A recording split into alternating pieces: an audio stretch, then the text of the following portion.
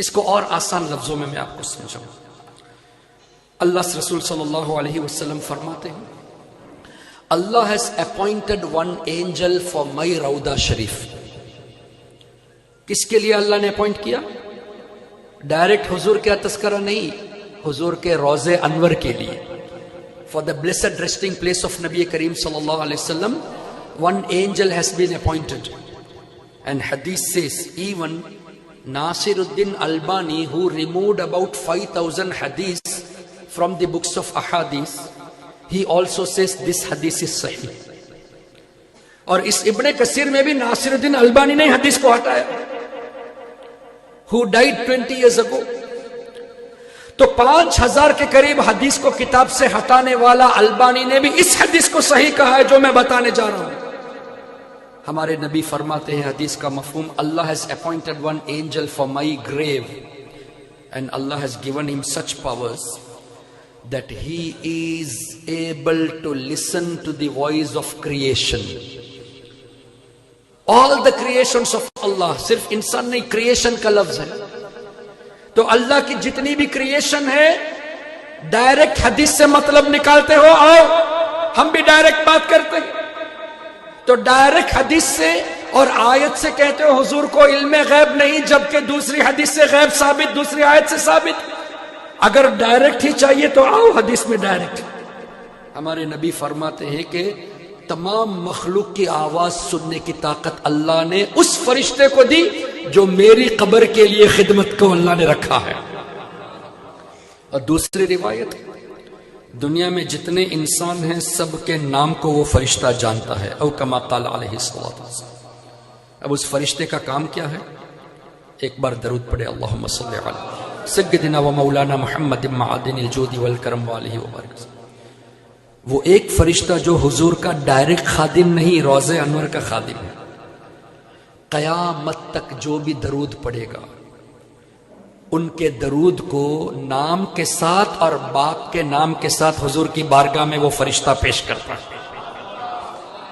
اس کا مطلب ہم جتنے بیٹھے ہیں ہمارے نام وہ فرشتہ جانتا ہے, ہم کس کی اولاد ہے وہ بھی وہ فرشتہ جانتا ہے. اچھا, دنیا میں اس وقت کتنے لوگ درود پڑھتے ہیں؟ صرف منگلور میں الصفہ میں آپ درود نہیں پڑھتے, پوری دنیا میں الگ الگ جگہوں پہ درود پڑھا جاتا ہے.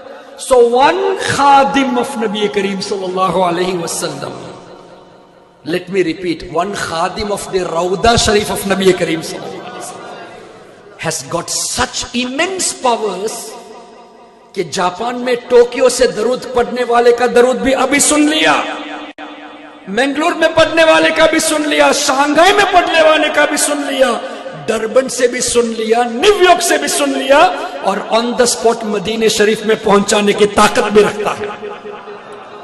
سبحان اللہ. اب یہ لوگ اس لیے کہتے ہیں کہ یہ حدیث صحیح ہے, صحیح تو ہے, یہ اس لیے کہتے ہیں, ان کا کہنا ہے کہ حضور نہیں سنتے, فرشتے پہنچاتے ہیں. The angels, they present the salawat, our Nabi doesn't listen. We have two answers. One, tell me, my dear brother, I should not say my dear to those people just for the sake of understanding. You say Prophet doesn't hear, angel only present. If the Prophet doesn't hear, why do the angel present?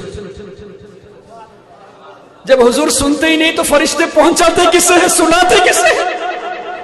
حضور سنتے ہیں تبھی تو فرشتے سناتے ہیں کہ یا رسول اللہ so and so son of so and so has recited salawat upon you.